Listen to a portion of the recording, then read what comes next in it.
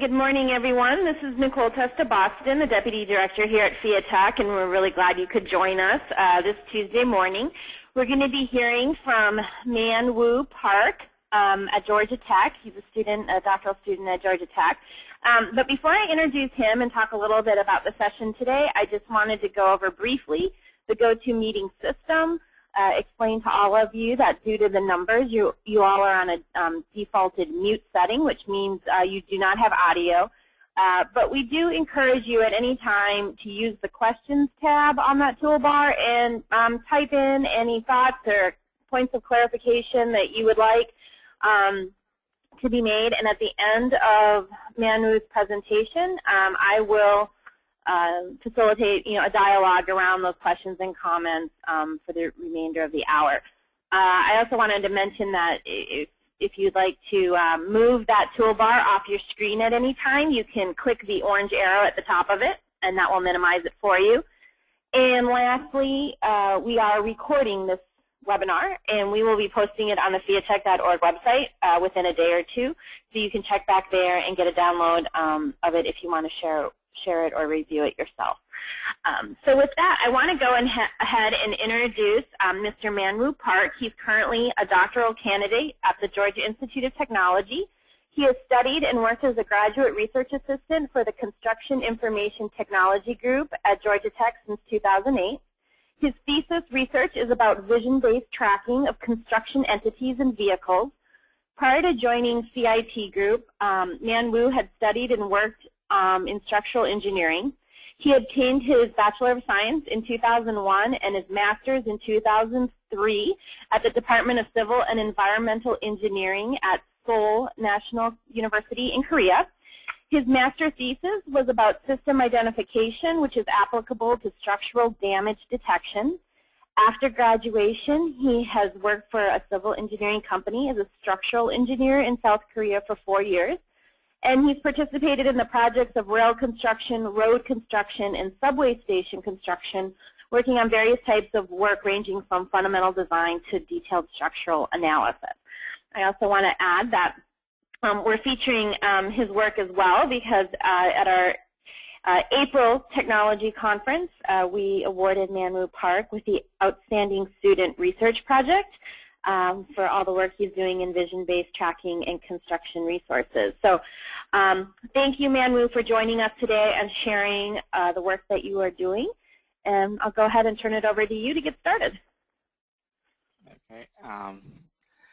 Okay. Hello all. My name is Man Woo Park, and as Nicole introduced, I'm a PhD candidate at Georgia Tech, and I'm working with Dr. Brilakis. Today I'm going to present my research about vision-based tracking of construction entities. It will be mostly about computer vision and image processing techniques for tracking workers or equipment on the construction sites. This presentation is comprised of the following contents. First, as an introduction, I will talk about the motivation of my research and current state of practice. And then research problems will be stated.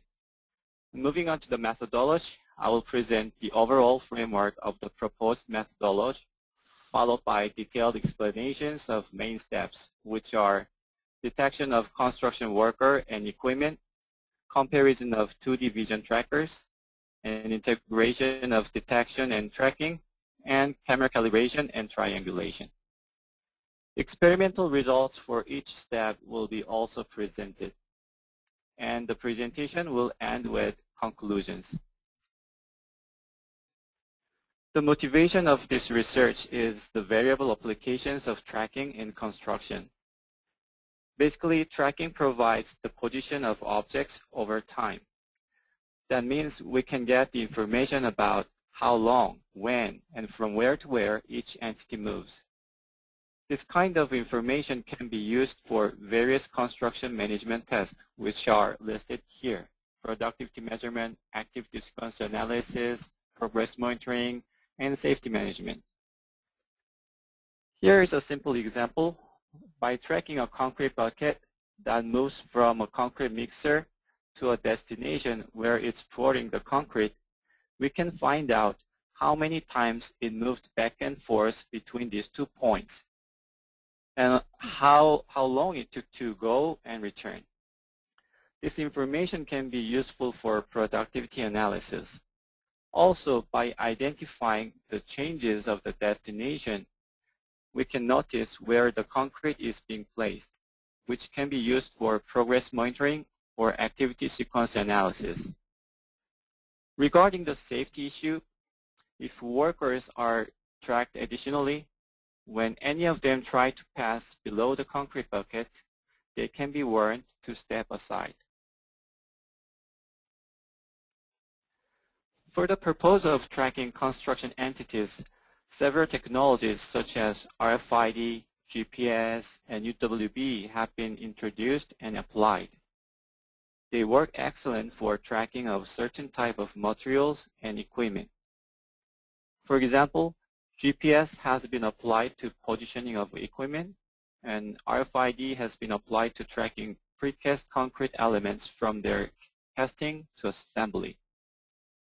However, their applications are limited when it comes to large-scale, congested sites where a large number of entities are present, because most of them are based on radio frequency technology, which requires tagging each entity to track. It might be inefficient to attach these tags to all entities on the construction site.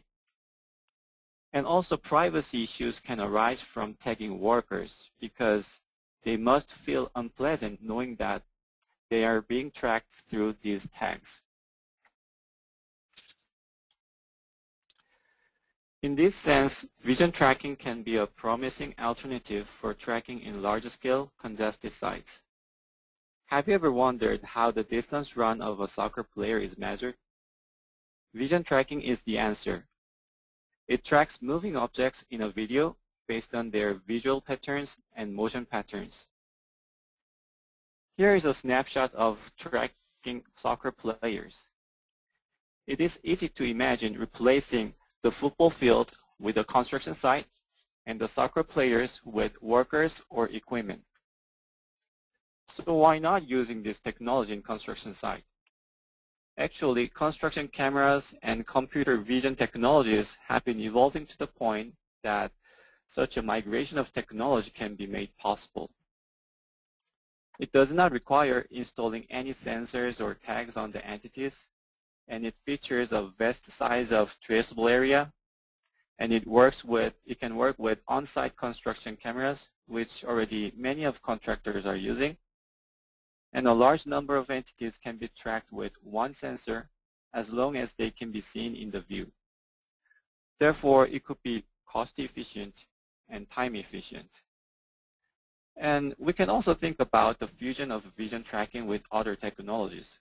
For example, vision tracking can be used to fill the missed data by other technologies due to the limited number of tags or sensors. Or for indoor environment, obviously, UWB would be the best choice. But in outdoor environment, especially for tracking heavy equipment which never goes to the indoor environment, vision tracking could be the right choice. Imagine the early stage of the construction project. The site is generally wide open area with numerous entities of various types. In this stage, vision tracking can also be a good option. When it comes to the construction, it has been tested recently to track workers for a safety purpose. And as presented at the beginning, it has been applied to track a concrete bucket for productivity analysis. There are a lot of methods for general 2D vision tracking, and they can be classified into 3 categories based on how they represent the object. They are point-based, contour-based, and kernel-based methods. While the point-based method represents an object as a group of distinct point features, the contour-based method tracks exact contours, which could be silhouettes or boundaries of the object. And the kernel-based method uses region information such as textures and colors. Here, these figures show some examples of tracking construction workers and equipment using the general 2D vision tracking. However, there are two limitations to overcome in this technology. First, to initialize the tracking, it needs someone to manually mark interesting objects that enter the view. Marking all the objects that newly appear in the view is impractical. Here we get to have one research problem: how to automate the initialization of tracking. Second, it only provides 2D pixel coordinates of objects. It is lack of depth information. 2D pixel coordinates are usually not enough for construction management purposes. So we need to have additional procedures to obtain depth information and calculate 3D coordinates. This is the basic framework of the 3D vision tracking that my research proposes to resolve the two problems. Basically, it requires multiple cameras that have partially overlapping views so that an object appears at least in two views. Once video streams are collected from the cameras, project-related entities are automatically detected by object detection algorithms. Each detection triggers 2D tracking. While the role of object detection is to find all construction entities present in the view, what 2D tracking does for each detected entity is to find this unique entity in the subsequent frames. This orange flow provides 2D pixel coordinates and is performed independently for each camera view. To correlate these orange flows and acquire 3D information, two processes are introduced, which are camera calibration and triangulation. The camera calibration reveals focal lengths and translation and rotation between the cameras. And finally, triangulation correlates the two of 2D pixel coordinates and based on the calibration information and calculates the 3D coordinates.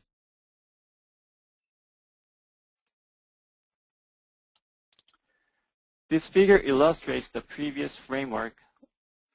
When a worker first appears in the view, an object detection algorithm identifies the worker and provides the projected 2D pixel coordinates on the left and on the right. 3D coordinate is calculated by locating an intersection of these two projection lines, which is made based on the calibration results, rotation and translation between the cameras. In the next frame, it works in the same way, but the 2D coordinates are obtained by object tracking math algorithm instead of detection algorithm. So these 2 points are determined by object tracking algorithm. The same procedures are repeated in the subsequent frames, generating 3D trajectories. From now on, each step of this framework will be presented. First, detection of construction workers and equipment, and the comparative study of the existing 2D tracking methods, and then the integration of detection and tracking, and finally camera calibration and triangulation. Let's first look at the object detection. Here is the flow of the method for detecting construction workers. Here we define a worker as a person wearing safety vest. We use 3 types of image features in a sequential way. The features are motion, shape, and color. First, we extract the reasons of moving object using background subtraction. And from those reasons, people are detected based on their shape. And then finally, we use color histogram to sort out only construction workers out of the detected people. Someone may ask, what if there is a worker who is not wearing a safety vest? That we can detect just by stopping in the second step here. And actually by comparing the results of the second step and third step, we can categorize people who are wearing the safety vest and who are not wearing the safety vest, which can be useful for safety purposes. Now I will go over these three features one by one. Background subtraction extracts the reasons of moving objects.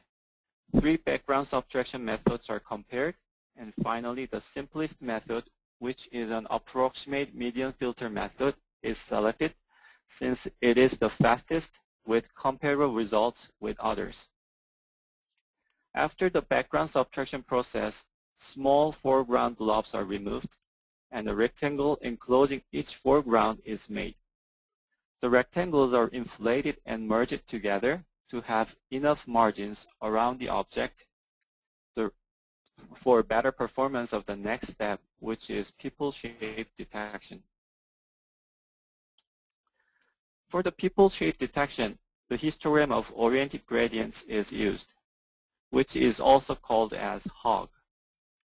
And to reflect various appearances of people, support vector machine is trained with a large number of training images. Positive images are just people images, and negative images can be any image that does not contain any people. Here, these two images shows average shape feature of the general pedestrians and construction workers.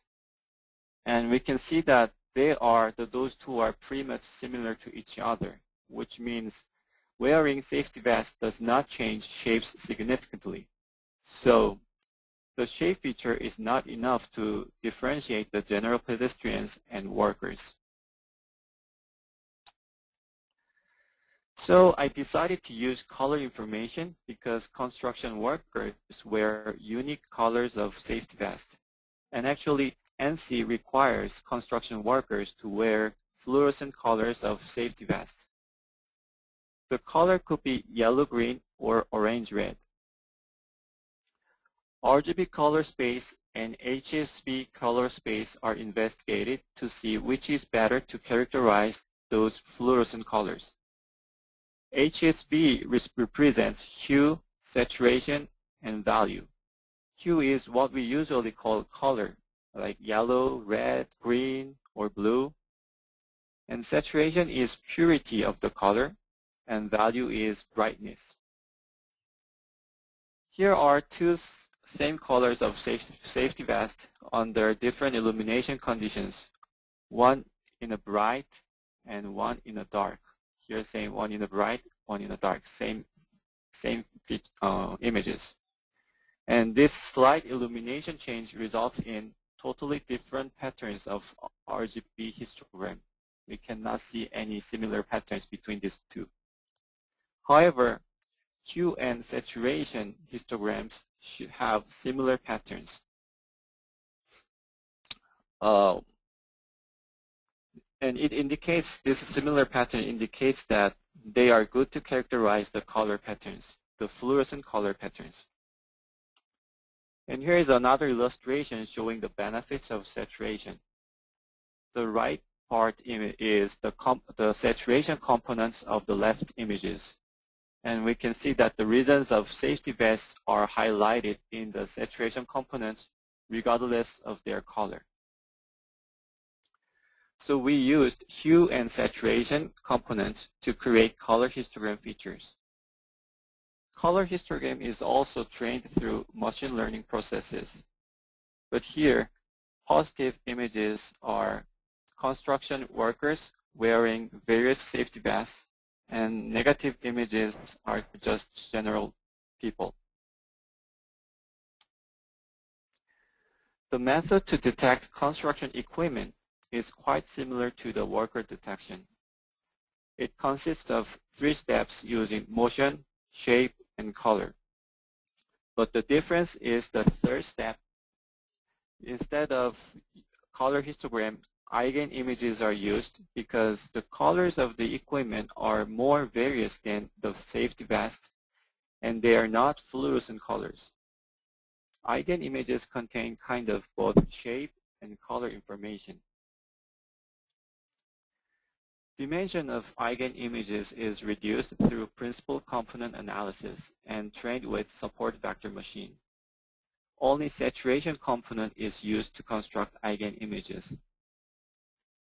Different from worker detection, separate trainings and templates of hog and eigenimages are required for front, rear, left, and right views because of the dissimilarity of their appearances.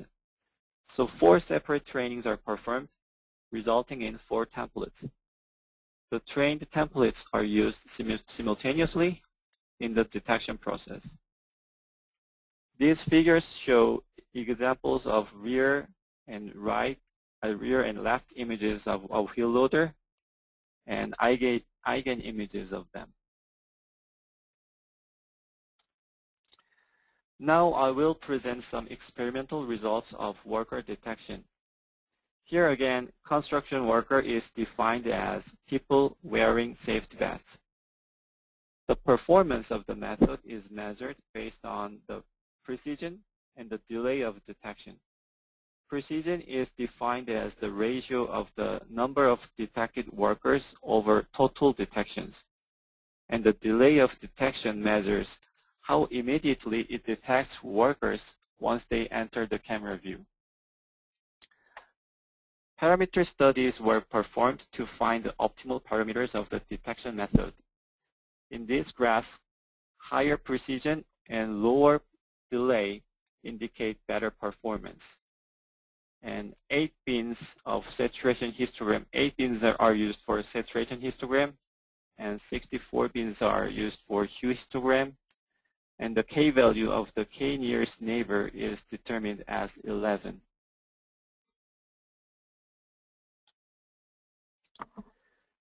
The method with the selected parameters has been tested on various videos with different scenes.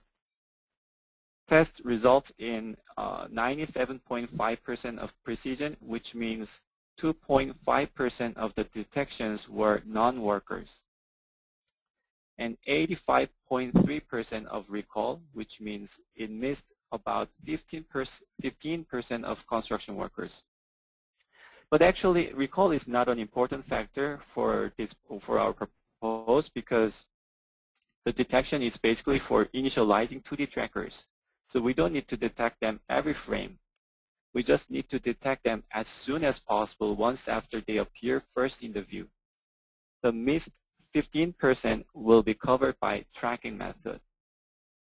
The results showed workers were detected within 0.57 seconds after they newly showed up or got free from the occlusion, which means the tracking can be triggered within 0.57 seconds after their first appearance. I will show a short video result.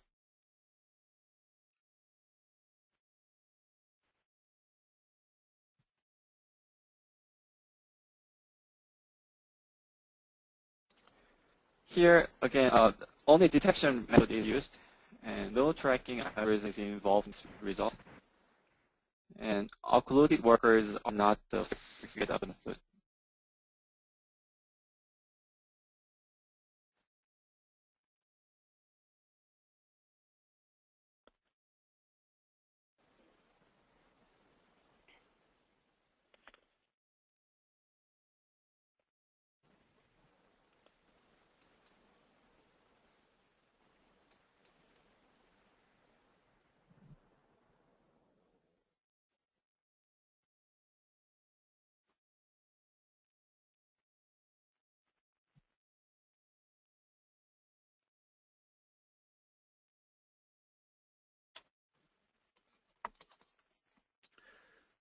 For 2D tracking, a comparative study is performed to find the best methods for tracking construction entities.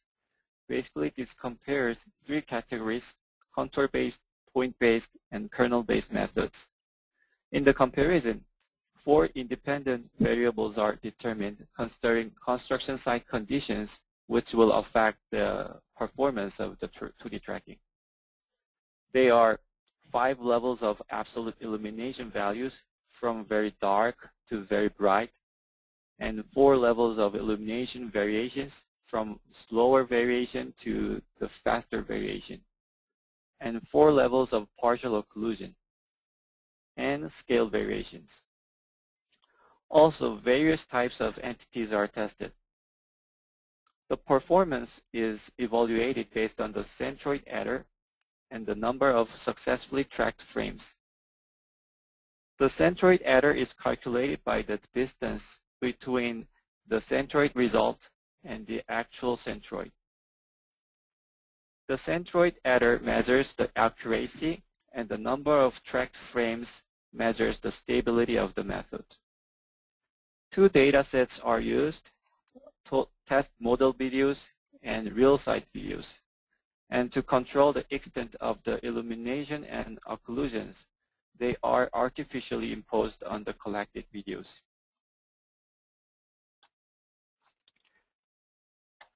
This slide shows the comparison of contour-based method and kernel-based method.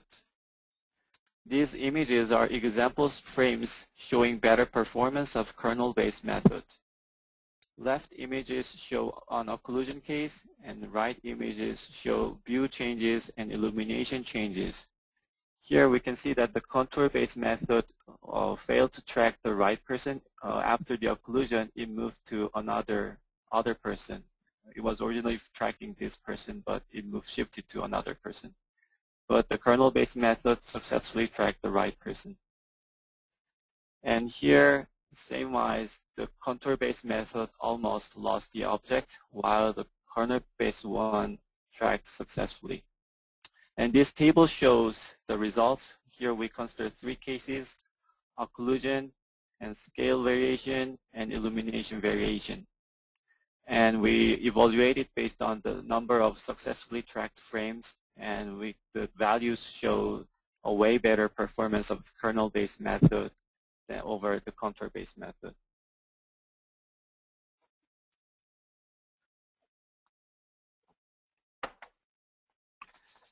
Next is the comparison of kernel-based method and point-based method. This slide shows experiments on illumination conditions. Here, in a very dark condition, a point-based method failed to track a track loader, while a kernel-based one successfully tracked it. And similar results we can observe in a very light condition. The kernel-based method successfully tracked the worker, while the point-based method could not. Another examples regarding partial occlusion are shown here. Both methods successfully track the objects. However, kernel-based method performed better in the sense of maintaining the centroid of the object under partial occlusion.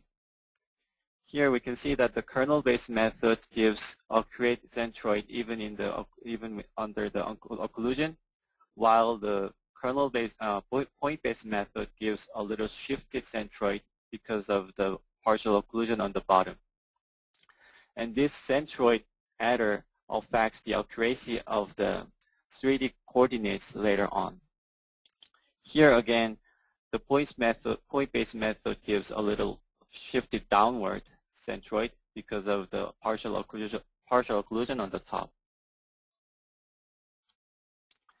In general, point-based method failed to track a concrete bucket and timbers because of the lack of distinctive point features on their image region. And this table presents the summary of the comparison, and the contents on the first column are the independent parameters, and these 2 are dependent parameters. And we can see that most sections, the kernel-based method showed a better performance than point-based method, with the p-value less than 0.001, which indicates a way better performance of the kernel-based method over point-based method. So finally, we decided to employ kernel-based methods in our framework. So far, we have gone through object detection methods for construction worker and equipment, and then the best 2D tracking method for construction entities. Next step is combining detection and tracking. The main role of detection is initializing the tracking. But beyond that, detection helps adjust tracking results for more stable process. Occlusion can be identified based on the absence of detection results. It allows for automatically terminating tracking processes. And when the object gets free from occlusion and appears again, detection reinitializes tracking. In equipment tracking, since we have 4 different separate templates for different views, this detection can inform of view changes and adjust the tracking results. While detection provides independent results for each frame without any link between the frames, tracking provides identity matching between frames. Which one in the previous one corresponds to which one in the current frame. Also, in equipment tracking, it fills the gap between the 4 trained views. The integration of detection and tracking is tested on videos for tracking freeloader. In these figures, blue rectangles are the results of using only tracking method with manual initialization, and red rectangles are the results of the integration of detection and tracking. In the first row, we can see that red results appropriately shifted from rear view to the left view, providing more accurate central data, while the blue one tends to remain in its original rear view. Also, when the wheel loader is occluded, in the third frame here, the tracking process is automatically terminated, so we don't see any red rectangle in this frame. And it reinitializes the object when it's reappear free from the occlusion. On the contrary, when using only tracking method, it lost the object due to the occlusion and just providing incorrect data afterwards. The second row is another example of view changes from right view to the rear view.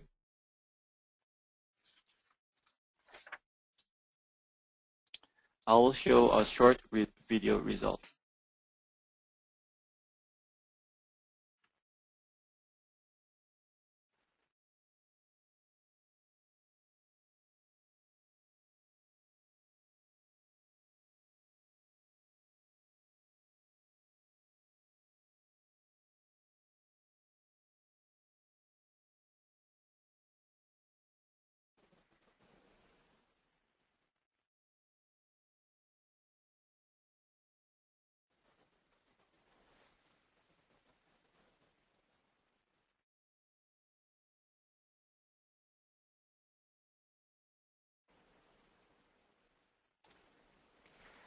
Once 2D localization is ready in each camera view through object detection and tracking, 3D calculation has to be processed through calibration and triangulation. Camera calibration can be divided into 2 steps, intrinsic calibration and extrinsic calibration. Intrinsic calibration reveals focal length, principal point, and distortions of each camera. In this research, Boget's tool is used for intrinsic calibration, which requires various views of a checkerboard as input data. These are the examples of the checkerboard frames. Extrinsic calibration reveals rotation and translation between the camera views. It involves feature point matching and essential metrics estimation. Once intrinsic and extrinsic camera parameters are discovered, we can calculate 3D coordinate by triangulating the projected points on 2 camera frames. However, usually these 2 projection lines do not intersect each other due to the error of the point matching or image noises. So the 2 lines have to be adjusted to intersect each other. In this research, Hartley and Sturm's optimization method is used for this purpose. Finally, 3D tracking is tested on the real site. This is the sky view of the site. And first, we predefined trajectories, 2 of zigzag trajectories and 1 of the straight trajectory. And we used total station to get the ground truth data of the trajectories to compare with our results. And we located 2 cameras and recorded of a van and a worker and a steel plate carried by a worker. The worker and the steel plate followed these 2 zigzag trajectories, and a van moved along this straight trajectory. And this is the location of total station, and these are the location of cameras. 2 types of camera system are used here, one with a short baseline and the other with a longer baseline. The lengths of the baseline were 3.8 meters and 8.3 meters respectively. And this is the position of left camera, and these 2 are 2 different positions of right cameras, one for short baseline and the other for longer baseline. And this image shows 2 of zigzag trajectories from left camera view, and this is 1 straight trajectory from right camera view.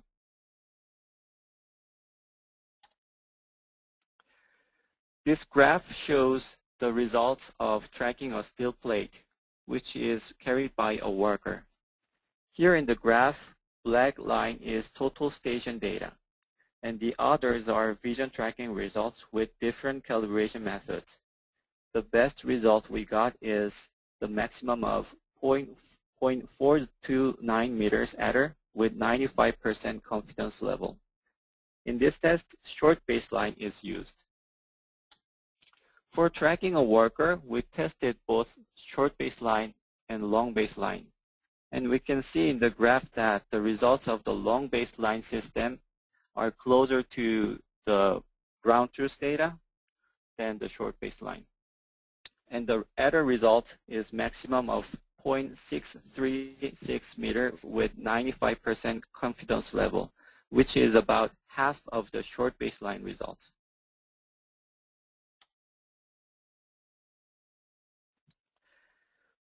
Lastly, here is the result of tracking a van. The size of the van is 2 meters wide and 1.95 meters high and 5.13 meters long. Even though it moved forward and backward along the same straight trajectory, the 2D tracking resulted in 2 different lines as shown in this figure. The red one is the 2D tracking results when it's going forward, and the green one is going backward for the going backwards. This slight difference in 2D is reflected in the 3D results shown in this graph. The error result is maximum of 0.658 meters with 95% confidence level. It is worth to notice that all the maximum error values are smaller than the height of the entities. To summarize, vision-based tracking has a potential to track multiple entities with only one sensor, and it does not require any sensors or tags to attach on the entities. And for the purpose of tracking on-site construction entities, a framework of 3D vision tracking is proposed in this research, which employs stereo camera system. And its main steps of the framework are investigated. First, a comparative study is performed to determine the best 2D tracking methods. Kernel-based methods are selected to be the best for tracking construction entities. Second, methods to detect construction workers and equipment are proposed for initializing the selected 2D tracking methods. And finally, camera calibration of stereo camera system and triangulation are also investigated to obtain depth information and calculate 3D coordinates. from multiple 2D tracking results. On-site experiments showed a competitive performance of 3D vision-based tracking, resulting in less than 0.7 meter error. Thank you for the attention, and I'll be happy to get questions and comments.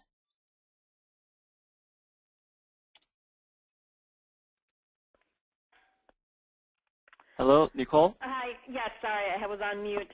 Thank you so much, Manu. Folks, if you have any questions, comments, points that you'd like clarification on, please just type those in to the questions tab on your toolbar. You can use that orange. You can use the orange arrow to there we go. Okay. To maximize your screen to get those. Manu, here's a question. Do these need to be special cameras, or is it basically a software solution that uses already in place hardware? It could be any camera, but for better accuracy, the high resolution will be the higher the resolution, we will get higher accuracy. So it could be any cameras actually. And so, yeah. As in life, the better the camera, the better the output. Yeah, that's exactly. Yeah, if better camera, we can get like lower noise, and if it's high resolution, we can get more better accuracy also. Yeah. Okay. But not now. Yeah. Okay. Another question: what would be some of the challenges of tracking across a large site? For example, if you have multiple camera baselines, what are some of the unique challenges that you should be on the lookout for? The most challenging part is actually occlusion. Basically, if it's occluded, if you cannot see the object in the camera view, we are just losing it. So there's no way to track it. We cannot just assume where it could be. So what we decide to do is just terminating the process and then grab it again when it appears again. So that could be actually challenging. And if it's partially occluded, it could track or it could not. It depends on the situation. So yeah, I'm considering the occlusion is the most challenging part in this technology. Okay, what kind of frame rate do you need for tracking? It also depends on the speed of the object. If it's very fast, then yeah, we will need higher frame rate. But if it moves slowly, I think like 5 frames per second or 10 frames per second would be good enough. And actually, that's usual situation in construction sites. Not many entities are moving fast in the construction sites. Can you elaborate on how kernel-based tracking is different from point and contour-based methods? I think I explained somewhere. Point-based method is first it detects the distinct feature. We call it like corner points, and it grouped it as which the points that's on the object. And the challenging of that part is how to group those points. Which points are corresponding to this object or that other object.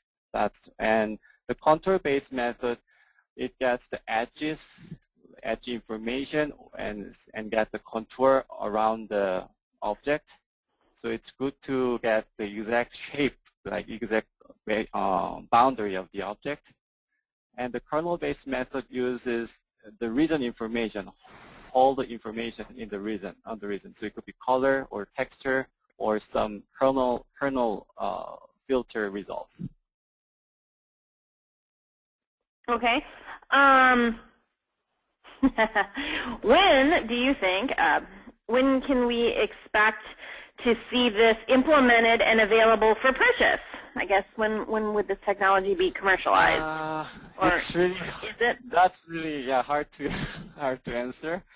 I hope you could be soon, but still there's long way to go, I think. So we need much more tests, and but I think it's durable and so, at some point because the camera technology is camera and computer vision. It's very emerging fastly. So if we apply those new technologies, I think we can make it some point. But I cannot answer, when would that be?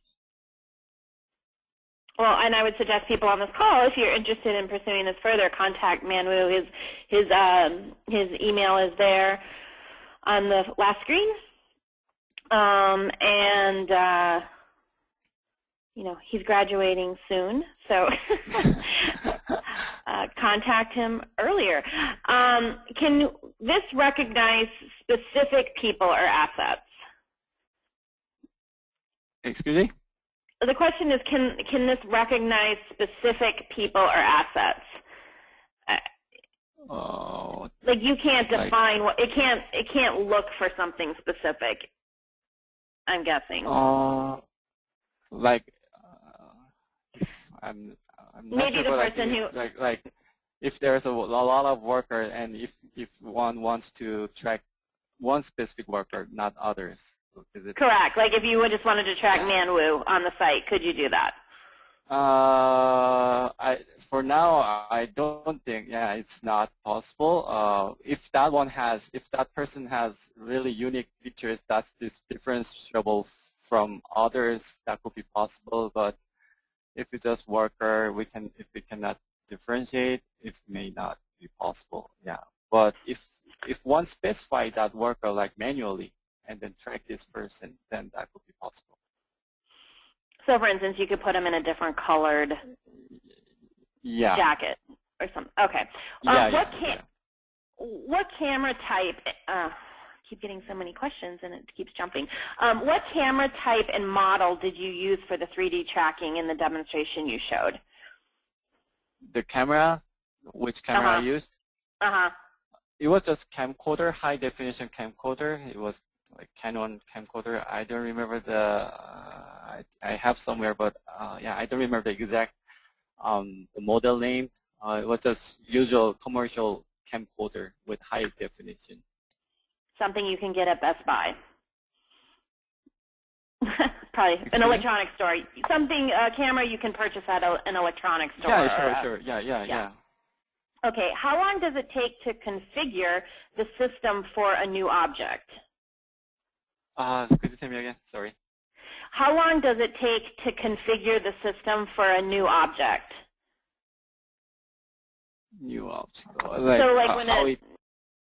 When a new object is identified by the camera, how long does it take for the system to identify it as a new object and then track it?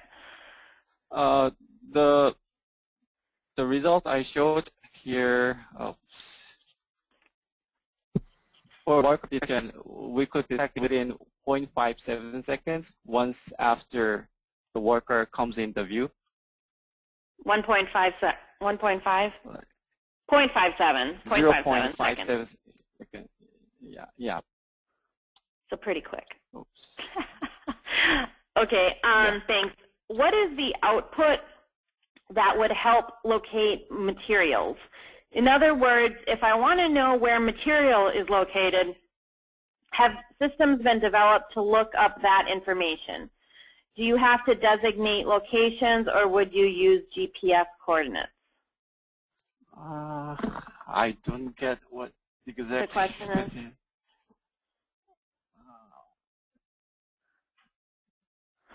I think maybe that's a little different because that would be, I'm assuming, material that is already stationary. Probably. So if it's not moving, you mean? Well, the question is, how would you locate materials? I mean, you focus primarily on equipment and people. If the material was moving, it would probably be done the same way you've just shown. Yeah, for the materials, because I haven't tested a lot for the materials, and it will depend on what type of material it is. Depends on the materials. If it's like large concrete elements, we could track it, and we can track it. But if it's small, tiny materials, it'll be hard to track and detect it. Yeah. Okay. Can you give some examples of benefits that companies or the industry will get from using this technology? Because currently mostly they're using GPS and RFID. RFID mostly for materials and GPS for the equipment. But as I explained in the presentation, it requires tagging the entities. For each entity, it has to attach some tag or sensors. But this technology, it only requires two or more cameras on the site, and then it can track all the entities that's seen in the view. So yeah, it's just cheap and easy to perform. Yeah. Do you anticipate being able to use this type of technology indoors? Will this become a problem with fixed camera locations? And how do you perceive this technology after a building has become visually enclosed? One person, three questions. Once after the building is completed? Well, I think basically, yeah, I mean, once it's enclosed, which is similar to the question of can this technology be used indoors, or does it need to be indoors? With sightlines outdoors? We think for indoor environments, UW would be the best choice because, yeah, we are using the fixed cameras, and we cannot. I mean, for indoor, we have to put many cameras for each location, so that's not, I mean, efficient way. So yeah, actually we are considering it for mostly for outdoor environment for early stage of the construction project. Okay. Question, how long does it take to set up the system to detect a new object? For example, I now want to track concrete trucks. I need to take images of the front, back, left, right, etc., and then load them into the program as a new object, a concrete truck. Yeah, to make it work, before we go to the site and make it work, we have to have trainings to detect all different types of the object. So that should be done before we go outside. And once it's done, we can use that for every site. And in the site, what we have to do is just put the camera and connect to the computer so that the computer can process the incoming video frames. Okay, and a similar question is, couldn't this technology recognize specific material with specific features? I think you answered that and said yes, in so long that you've distinguished what those specific features are so that it can be tracked. Yeah. What kind of computing power is needed for these algorithms? And can you talk a little bit more about the machine learning algorithm that you used? First, computer power, let's see. There are many factors to, I mean, if it's high resolution, the higher computer power, I mean, yeah, specs are required. And right now, I'm just using the general PC, but I think all these image processing and computer vision techniques I think we should go for GPU, which is graphic processing units. That gives very faster processing. That's one thing I have to mention. And the next question was? Can you talk more about the machine learning algorithm that you use? Yeah, it's kind of it's starting from the regression method. It gets the feature vectors. That feature could be, like, as I mentioned, shape features from the kernel filter or color histogram. Whatever the feature is, we will finally get the feature vector for each image. And we categorize that based on kind of regression method. So yeah, it's kind of regression. From all the training images with the positive and negative images, we got some regression function that divides those two. And then whenever we got the new image, we categorize based on that established regression results. I don't know. I'm not sure whether you could answer that question. No, that was great. Thank you, Manu. And I think the last question, because we're coming up on our hour, someone wants to know what the plan forward is for integrating what you're doing into 3D platforms. 3D platform? Yeah, if there's a plan for integrating the work that you're doing in this project with enterprise 3D platforms.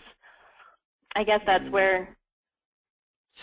Yeah, I'm not sure what exactly the question is, but I think I don't know whether it could be answered. But there are other researches going on for getting the 3D modeling of the building, and also that could be, I think, used for the 3D modeling of the sites. And if my method, my results can be integrated with their research results, it could be, I mean, we can map the trajectories of the objects onto the 3D modeled, the 3D modeling of the site, which will show which object is moving along which building and where it is. We can like visualize them. Great. Well, thank you so much. We have a few more questions, but we've run out of time, Manu. So I would just encourage anyone who wants to follow up to email Manu. I think your last slide there had it, mw.park@gatech.edu. We also are recording this, so we will have a recording on the Fiatech website in the next day or two under the webinar archives. And last but not least, I just want to remind everyone, especially those of you who are members of Fiatech, that our Fiatech member meeting is approaching October 15th, 16th, and 17th in beautiful and sunny San Diego. Registration's open, and you can access that from our website. So we're going to have a lot of presentations, a real focus on owners and owner challenges and how Fiatech is working to help them, and we hope to see you there. So have a great week. Thanks again, Manu, and thank you. See you back here next Tuesday. Thank you. Thank you, Nicole. You bet. Bye-bye.